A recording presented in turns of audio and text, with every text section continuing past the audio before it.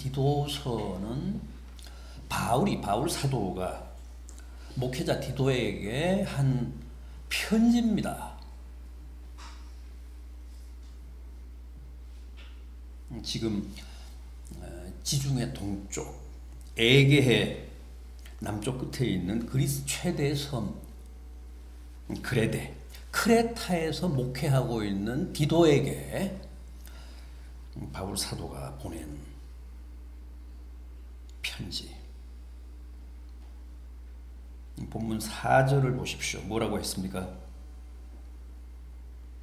교회에 출석하는 젊은 여자들, 젊은 엄마들에게 남편과 특히 자녀들을 사랑하도록 교훈하라 그럽니다.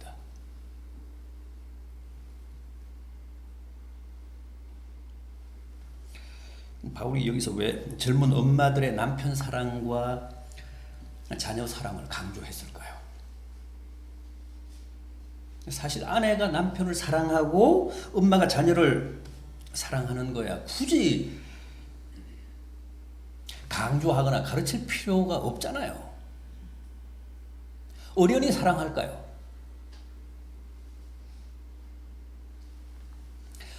그런데도 바울은 목회자 디도에게 그 교회에 출석하고 있는 젊은 엄마들에게 남편을 사랑하고 자녀들을 사랑하도록 잘 교육하라, 교훈하라, 당부하라고 부탁합니다.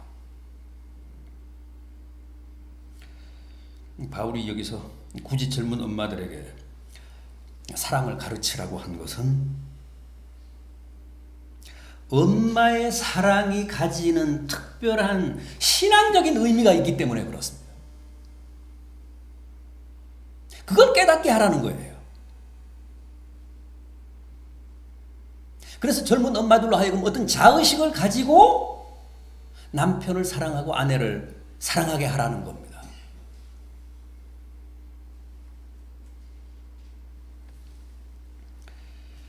자, 그럼 바울이 말씀하는 엄마의 사랑에는 대체 어떤 신앙적인 의미가 있을까요? 먼저 엄마의 사랑이야말로 하나님 사랑의 모형이라고 합니다.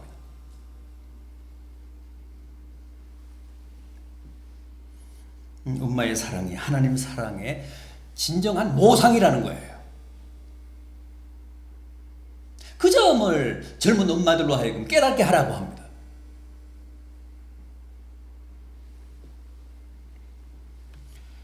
맞습니다. 엄마의 사랑은 하나님 사랑의 그림자입니다. 우리가 이 세상에서 만날 수 있는 하나님 사랑의 최고의 근사치,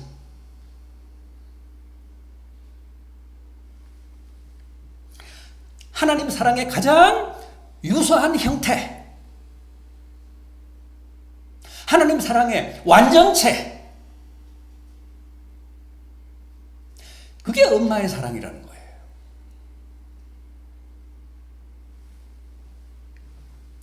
그 점을 깨닫고 엄마들이 자식을 사랑하고 남편을 사랑하라고 합니다.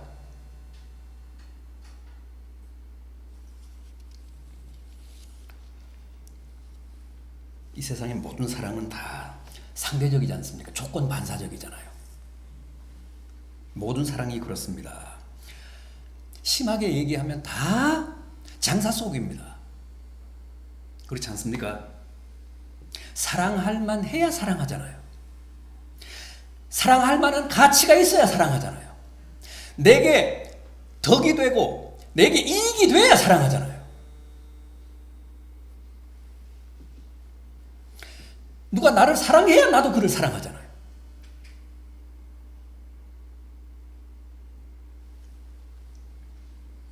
명분이 있어야 사랑하고 생색이 나야 사랑하고 아무튼 내게 도움이 돼야 사랑합니다.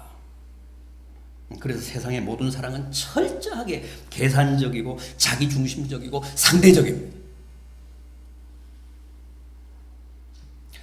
숭고하다는 나라 사랑도 그렇습니다.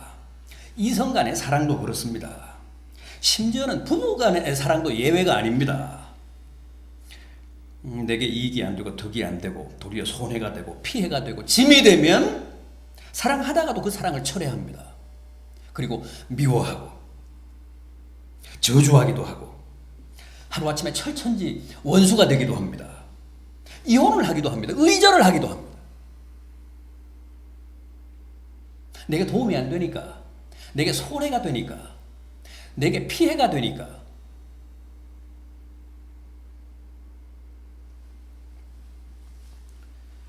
부담이 되고 짐이 되고 거추장스럽다고 제 부모도 살해하는 자식이 있잖아요.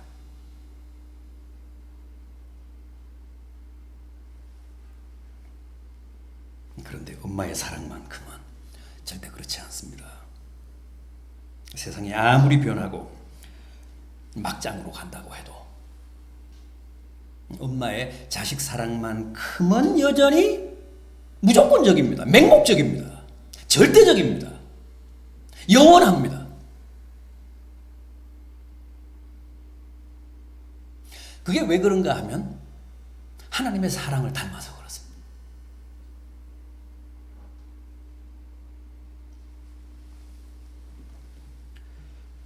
엄마는 정말 그렇잖아요. 자식을 위해 다 내줍니다. 자식을 위해 모든 걸 다 바칩니다. 그러면서도 더 주지 못해서 아쉬워.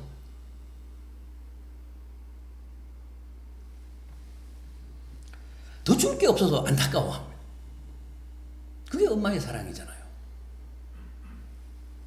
그런데 성경은 그게 바로 하나님의 사랑이고 그게 바로 하나님의 마음이라고 합니다. 성경이 하나님이 이 세상을 어떻게 사랑하셨다고 합니까? 독생자를 주시기까지 사랑하셨다고 하잖아요. 당신의 독자를 무참하게 죽이기까지 사랑하셨다고 하잖아요. 그런데 하나님이 그렇게 사랑하신 세상은 어떤 세상이었습니까? 어떤 세상을 하나님이 그렇게 사랑하셨다고 합니까? 놀랍게도 하나님과 원수된 세상, 하나님을 대적하는 세상, 하나님을 피해 마냥 달아나는 세상. 그런데도 하나님은 이 세상을 사랑하셨다고 합니다. 자신의 심장보다 1000배 만배 소중한 독생자를 바치시면서까지 사랑하셨다고 합니다. 그게 하나님 사랑입니다. 그게 엄마의 사랑이라는 겁니다.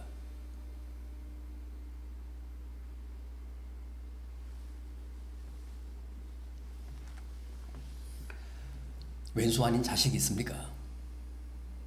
왼수 아닌 자식은 없습니다. 그런데도 엄마는 맹목적으로 사랑하잖아요. 무조건 사랑하잖아요. 무조건 용서하잖아요. 무조건 끌어안잖아요. 자식이 부모를 내다 버려도 자식의 집 주소 안 가르쳐 줍니다.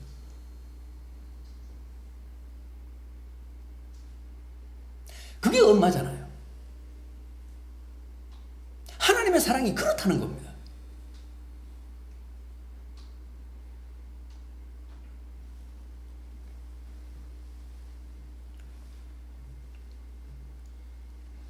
여러분, 이 세상에 엄마의 사랑이 없었다면 어떻게 됐을까요? 벌써 아비규환의 생지옥이 됐을 겁니다. 그래도 하나님의 사랑을 닮은 엄마의 사랑이 있었기 때문에 인간들의 악한 마음, 파괴적인 정서가 조금이라도 순화되어 이렇게라도 유지되는 겁니다.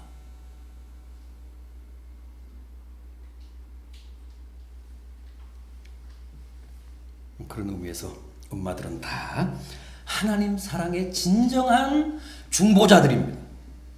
엄마들은 다 그 고유한 모성애를 통해 자식들에게 하나님의 사랑을 증거하는 사랑이신 하나님의 존재를 증명하는 하나님의 사랑의 홍보 대사들입니다.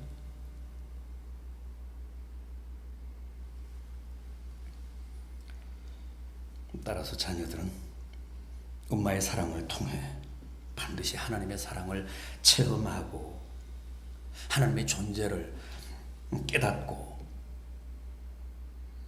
배울 수 있어야 합니다. 그럼 아빠는 뭡니까? 엄마가 하나님 사랑의 중보자라면 아빠는 하나님 권위의 상징입니다. 하나님의 권위를 자식들에게 중보해야 합니다. 가르치고 깨닫게 해야 합니다. 그래서 가정의 질서를 잡고 기강을 세워야 합니다. 그건 다 아빠들의 고유한 몫입니다. 아빠가 하나님의 권위를 상징하기 때문에 그렇습니다. 엄마는 아무리 소리를 지르고 아무리 매를 들어봤자 위험이 안 섭니다. 아빠가 해야 합니다. 그런데 요즘 아빠들은 다 시간이 없고 피곤하다는 이유로, 시간이 없고 피곤하다는 핑계로 그 하나님의 권위를 대행하는 일을 포기한 지 오래됐습니다. 그래서 아이들이 다 개판입니다.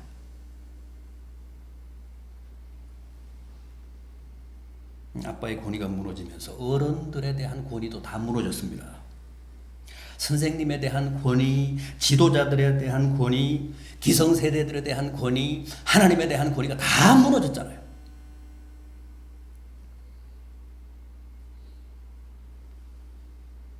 아빠들이 자식들에게, 자녀들에게 하나님을 대신해서 권위를 세워야 되는데 그걸 포기하니까 모든 게 다 무너졌습니다.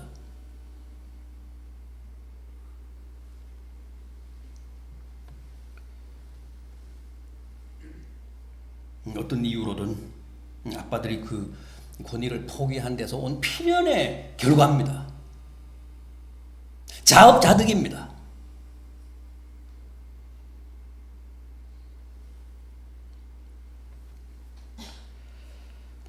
그러나 엄마들만큼은 절대 하나님의 사랑의 중보자의 역할, 그 기능을 포기해서는 안 됩니다. 그건 인류의 최악의 재앙을 뜻하기 때문에 그렇습니다.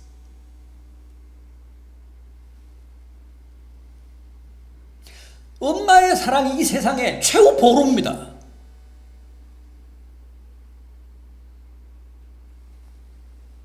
부디 바울 사도의 당부처럼 모든 엄마들이 자식들에게 하나님의 사랑을 제대로 가르치고 실천해서 모두가 하나님 사랑의 진정한 전도사들이 되시기를 진심으로 부탁드려 마지 않습니다. 다음은 오늘 본문이 말씀하는 젊은 엄마들의 사랑이란 아가페나 스톨게가 아니라 뭐라고요? 필레오라는 겁니다. 필레오. 4절 하반절에 나오는 사랑은 필레오입니다.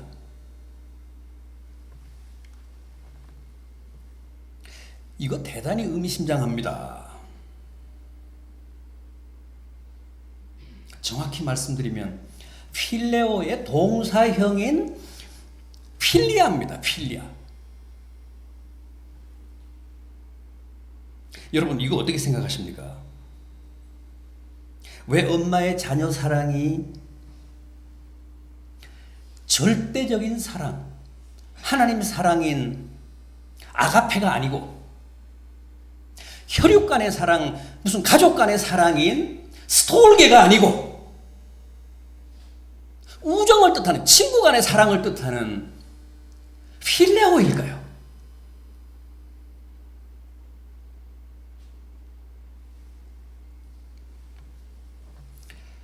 아빠는 대개 아이들 위해 군림하려고 하지 친구가 되어 진지하게 그들의 고민을 들어주고 같은 눈높이에서 그들의 문제를 가지고 씨름하려고 하지 않습니다.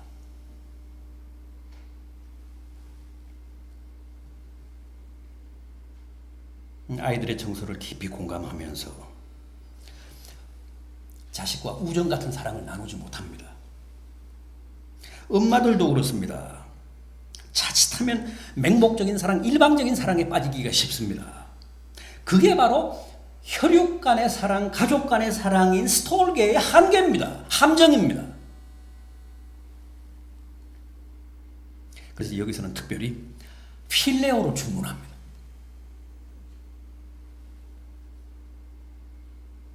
엄마가 자녀들의 가장 가까운, 가장 소중한 친구가 되라는 거예요.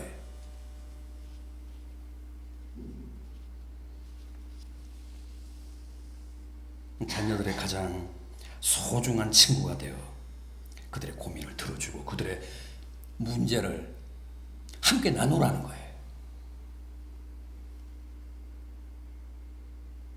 그게 성경이 젊은 엄마들에게 주문하는 구체적인 자녀 사랑입니다. 친구가 되라. 필레오로 사랑해라. 우정 같은 사랑을 나누라.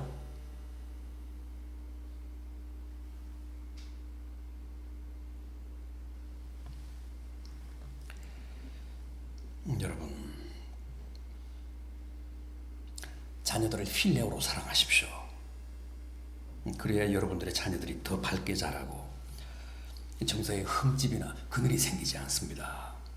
아빠도 엄격하고 엄마마저도 일방적이면 어린 아이들은 숨 쉴 공간이 없어집니다.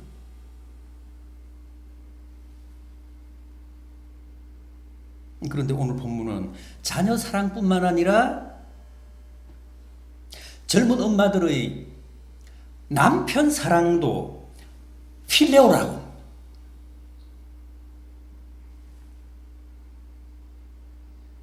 남편과 자녀를 다 필레오로 사랑하라는 겁니다. 남편 사랑도 에로스가 아닙니다. 육체적인 사랑이 아니라 남녀 간의 사랑이 아닙니다. 필레오입니다. 우정 같은 사랑, 친구 같은 사랑.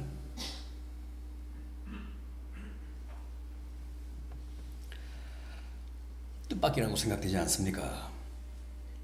결혼하기 전까지는 이성 간의 사랑인 에로스라고 하더라도 결혼한 다음에는 남편의 가장 가까운 친구로 존재하라는 거예요.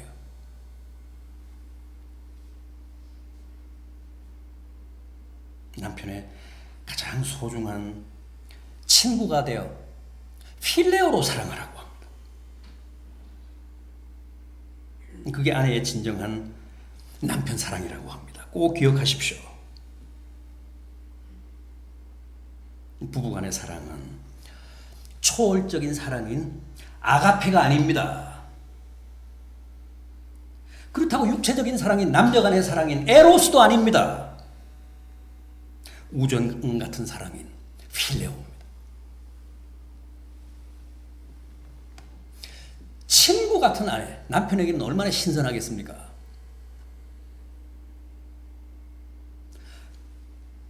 얼마나 마음이 정서가 편안해지겠습니까?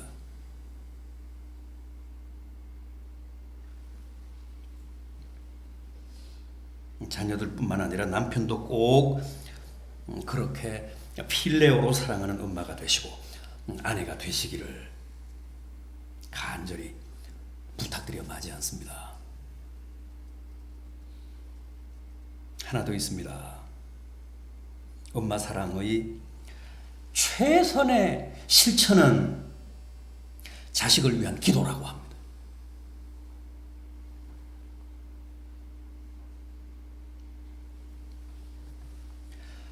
엄마의 자식 사랑이 기도라고 하는 실천으로 열매를 맺어야 한다고 합니다.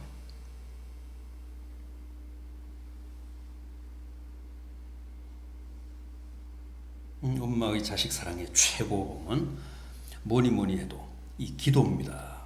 기도 없는 자식 사랑은 없습니다. 그렇지 않습니까? 자식을 사랑한다고 하면서 어떻게 자식을 위해 기도하지 않을 수 있겠습니까?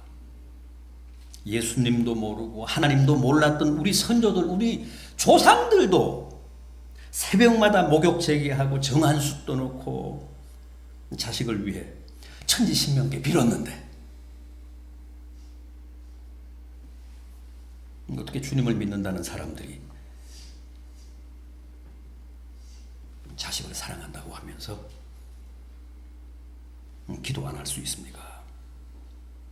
동서고금을 막론하고 기독교나 이교를 막론하고 부모들의 자식 사랑의 최대 표현은 언제나 기도였습니다.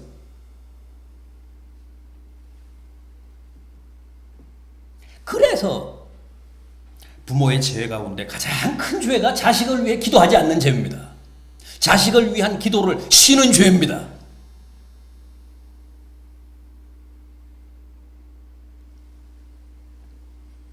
이 세상에서 가장 불행한 자녀는 엄마의 기도 없이 자라는 자식입니다.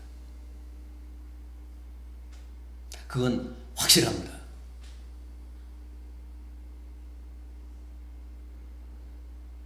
그런 자식은 고아입니다.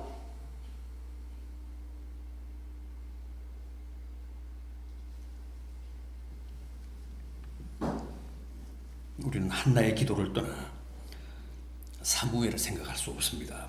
유니게의 기도를 떠나 디모데를 상상할 수 없습니다. 모니카의 기도 없는 어거스틴을 생각할 수 없습니다. 수잔나의 기도 없는 요한 웨슬리를 생각할 수 없습니다.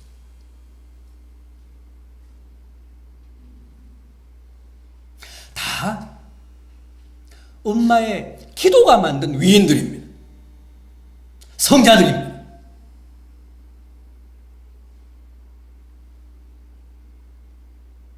기도로 키운 자식은 결코 망하지 않는다는 말은 굳이 어거스틴의 어머니 모니카만의 좌우명이 아니고 오늘 이 시대 모든 엄마들에게도 깊이 가슴에 새겨야 할 성경의 확실하고도 분명한 가르침입니다.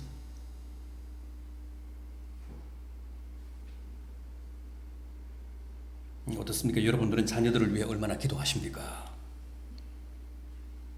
자녀들이 수험생이나 되면 몰라도 기도하지 않죠.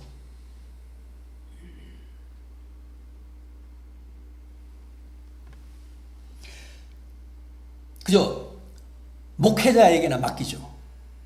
내가 기도하지 않아도 목사님이 기도하겠지.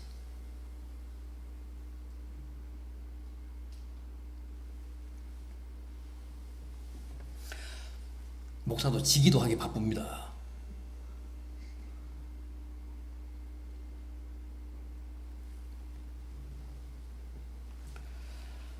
자녀들을 위해 기도하지 않는 엄마는 참 악한 엄마입니다. 참 못난 엄마입니다.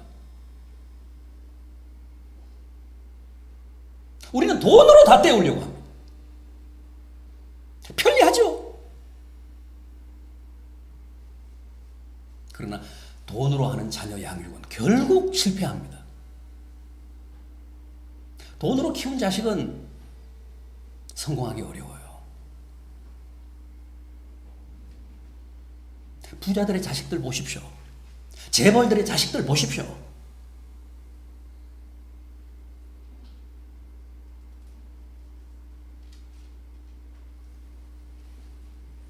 망하기를 바라면 돈으로 키우십시오. 꼭 성공하고 행복하기를 원하신다면 기도하십시오. 기도로 양육하십시오.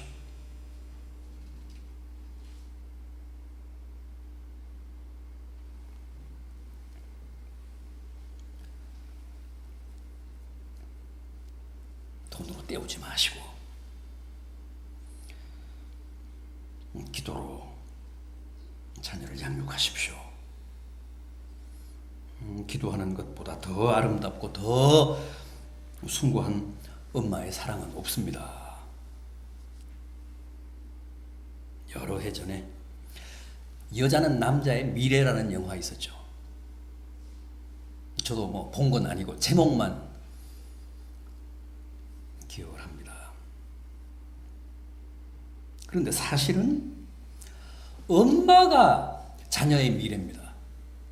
여러분들은 다 자녀들이 엄마의 미래라고 생각하시겠지만 그건 아니고요. 엄마가 자녀들의 미래입니다. 엄마의 기도가 여러분 자녀들의 미래를, 영원한 운명을 결정합니다.